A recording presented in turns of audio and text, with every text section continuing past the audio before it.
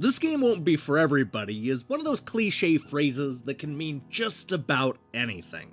It's the kind of expression you can say about absolutely everything, since we all have different opinions and we're never going to agree on any one game, no matter how good it is. But when I say that a game like Drowning won't be for everybody, what I'm really trying to convey is that it won't be for most people.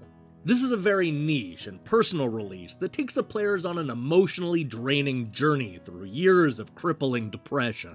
There's not a single explosion or action scene, just a short and brutally honest walk down a long path with a story floating in the air. Like I said, Drowning won't be for everybody.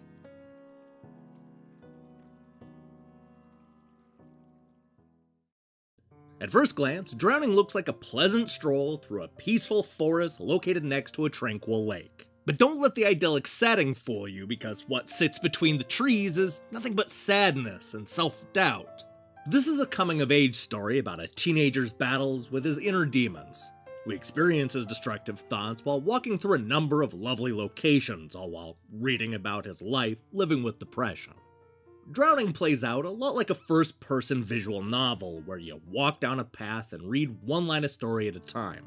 The story is told entirely from the teenager's point of view, starting with his first encounter to the way his new friend changed his life for years to come. In about 40 minutes, the game takes you on an emotional roller coaster ride that attempts to show you the thought process of somebody suffering from depression. It does this in a more nuanced way than simply making the protagonist sad, because we read about how the illness permeates every part of his life, from his friends to family to everyday hygiene. Now, as somebody who's battled depression in the past, a lot of the story rings true. I think it does a good job of getting you into the mind of somebody dealing with these kinds of thoughts and showing you what it can lead to. This is clearly the work of somebody with a deeply personal story to tell, and if nothing else, it succeeds at letting us into that kind of mindset. Whether or not it's a good game is a whole other matter. Simply put, this is a game about walking in a straight line. Obviously, there's more to it than that, but from a gameplay perspective, that's all you get.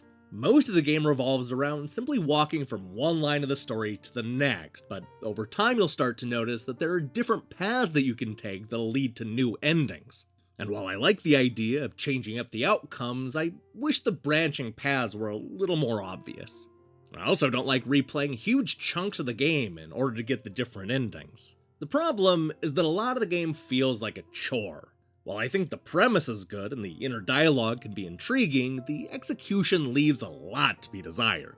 It's riddled with spelling errors and predictable cliches.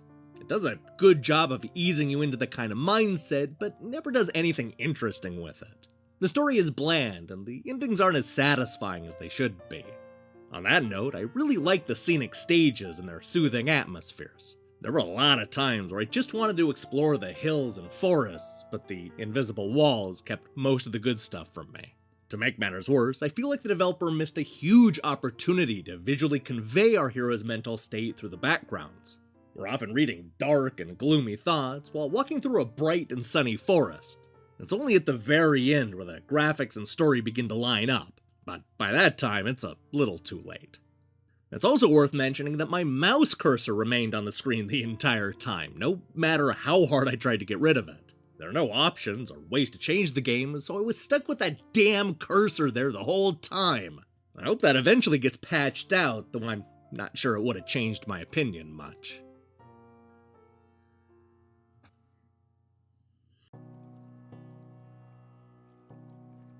The best thing I can say about Drowning is that the inner thoughts ring true and the emotions feel authentic. Unfortunately, as a game, there's not enough here to recommend.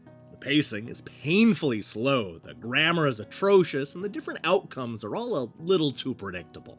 All I wanted to do was explore the pretty stages, but sadly that's not an option here. Definitely know what you're getting yourself into before you buy Drowning. Hey, thanks for watching our review. If you liked what you saw here, then you should know that we post new reviews and features almost every day.